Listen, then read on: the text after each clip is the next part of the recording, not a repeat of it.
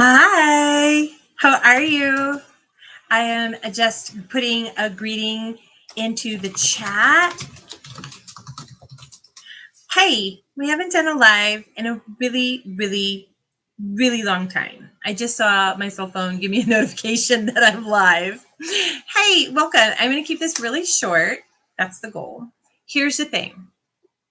It's mid-month, mid-year, Midsummer's Night Dream. Okay, so you know how Makeup University has been doing a series of Shakespeare insults from this book, and in all the little short videos, we'll do one of these and just kind of find something that it lands on. You be slubbering, sheep biting baggage. I love it. Hey, there is a link. It's an Amazon affiliate link. Yes, I get a penny when you click. Please and thank you.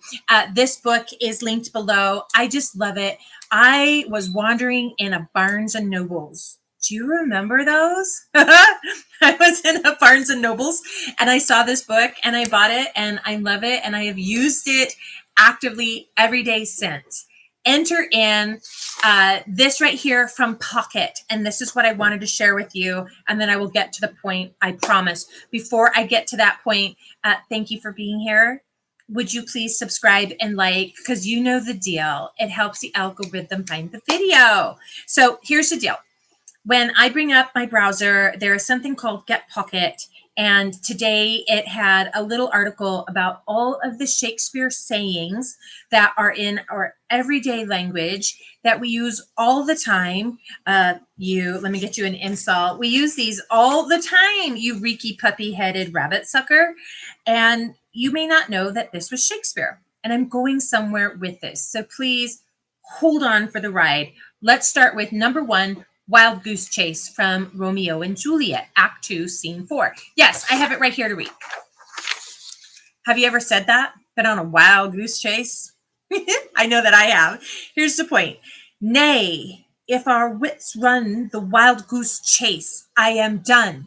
For thou hast more of the wild goose in one of thy wits than I am sure I have in my whole 5. Was I with you there for the goose? Says Mercutio. This term didn't originally refer to the actual geese, but rather to a type of horse that was ridden. So here's my point. First of all, I just love the language. I love, nay, if our wits run. Or here's this line here. I have in my whole 5. He's saying he has 5 wits. I love it. This isn't a Shakespeare lesson. This is just, I bet you've said Wild Goose Chase. I'm going somewhere. Stay with me. Green-eyed monster from Othello, Act 3, Scene 3. Oh, beware, my lord, of jealousy. It is the green-eyed monster which doth mock the meat it feeds on. From Lago.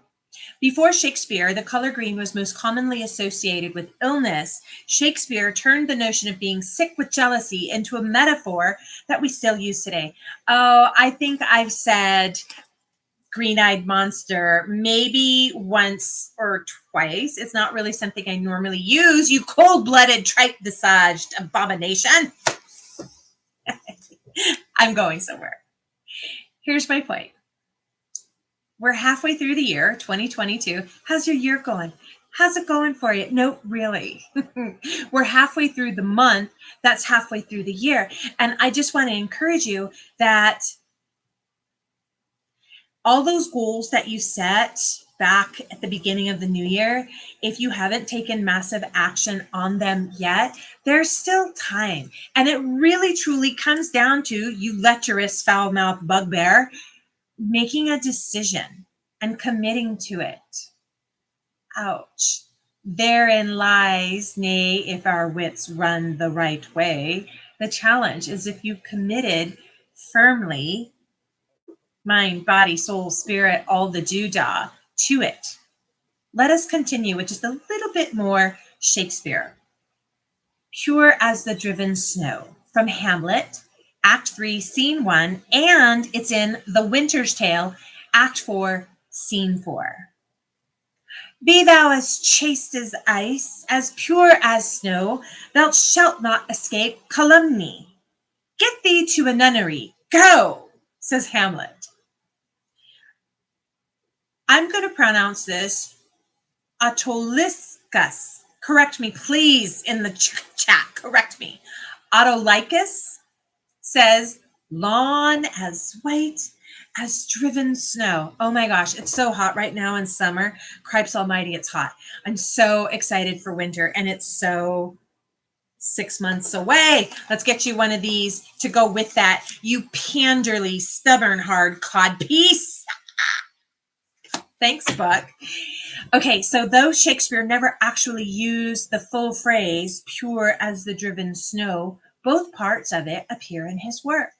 For the record, this simile works best right after the snow falls. Gee, that's not going to happen right now. And not a few hours later when tires and footprints turn it into brown slush. Well, if it snows in your town, you just might know that. It snows the tiniest bit in my town in like one day for 1 hour, and I love it. I love snow. I love snowboarding. Here's my point. This is one more example of a classic Shakespeare saying that you might just use in your daily soliloquies and as colloquialisms. I love language. Do you? Okay, I've got one more for you. I just saw the timer. I wanted to keep this short, like 10 minutes. I respect your time. I love all of the activity and all of travel and the plans and everything that's going on. It's just, wow. When would now be a good time to go back to your journal and look at everything that you wrote New Year's Eve and made decisions on, and check yourself, check your calendar, and see if you've done anything towards it today, this week, this month? Yep. It's a good time to take stock. We are halfway through the month that is halfway through the year. Okay, here's the last one. Seen better days. Oh, I just said this the other day because I was looking at something that was quite worn and I didn't want to throw it out. And I was thinking of how could I repurpose this? And I was thinking, yeah, this is really Seen Better Days. Seen Better Days is Shakespeare in As You Like It, Act 2, Scene 7. True is it that we have seen better days, and have with holy bell been knolled to church, and sat at good men's feasts, and wiped our eyes of drops that sacred pity hath engendered. That was Duke Senior. The first recorded use of Seen Better Days actually appeared in Sir Thomas More in 1590. Sorry, I was about to say 1950. It's 1590. But the play was written anonymously and is often, at least partially, attributed to Shakespeare. We do know Shakespeare was a fan of the phrase, and he uses Seen Better Days in As You Like It, and then again in Timon of Athens, or Timon of Athens. Final insult for you. I need the top one. You churlish, naughty-pated princox. I just think that the words are the best. Oh, I personally abhor profanity unless it is used as punctuation. I think there are so many words that can be used so many ways, and even if it wasn't used as a insult, maybe it's just used as bull's pizzle. Who says that? Okay, anyhow, before this gets long, I just wanted to come on real quick and encourage you with some fun Shakespeare words that those goals and dreams that you have desired, dreamt of, wanted, that everything with I don't want to get censored. The last 2 years caused everything to screech to a halt. If you haven't picked it up because of whatever those are, I just encourage you, why not now? Why not today? And since we are, there's so many examples of the underdog team in a sporting match, basketball, football, volleyball, where they came back from what looked like near defeat in the first half, and after halftime, that second half of that game, they came back and they won and they had victory. So I guess when I'm saying this to you, I'm also saying it to myself that there is time. There is still time, but like sands through the hourglass, it is running out. That if you haven't made the call, and I really, we could talk about this another time, but I really think that we have come full circle. I think we're going to be seeing social media relax and take the back seat as personal blogs come back to the forefront due to trust issues. That is a total conversation in itself. But here's my thought. I think we're going to see, I love texting. Ooh, ciao. Send me a smoke signal before you call me. Though, when I think of business and goals, I think that now is the time. When would now be a good time to actually make a phone call?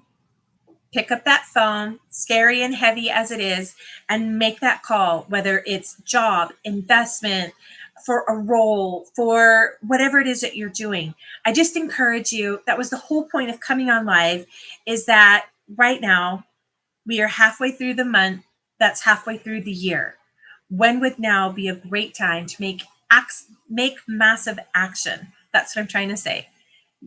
When would now be a good time to take massive action on those things that you had secret in your heart and bring them to the world? Your goals and dreams are worth it, and so are you. Thank you so much for joining me for this short live as we go through Pure as a Driven Snow, Seen Better Days, Wild Goose Chase, Green-Eyed Monster, all the fun things that Shakespeare said. I just encourage you to encourage yourself, pull yourself up by the bootstraps, and take that massive action. Because if you don't do it, who will? And if not now, when? And one of my favorite things I encourage myself with is, well, if you don't make that call, make that appointment, send that email, if you don't take that action, the answer is no. It's no.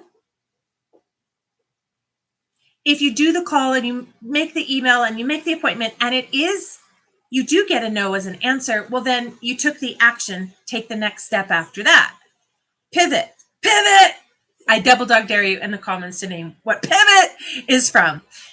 Okay, I saw the time. It's time to hang up. You guys, thank you so much for watching. I'm Cherelynn. This is Makeup University. And remember, you look really gorgeous today.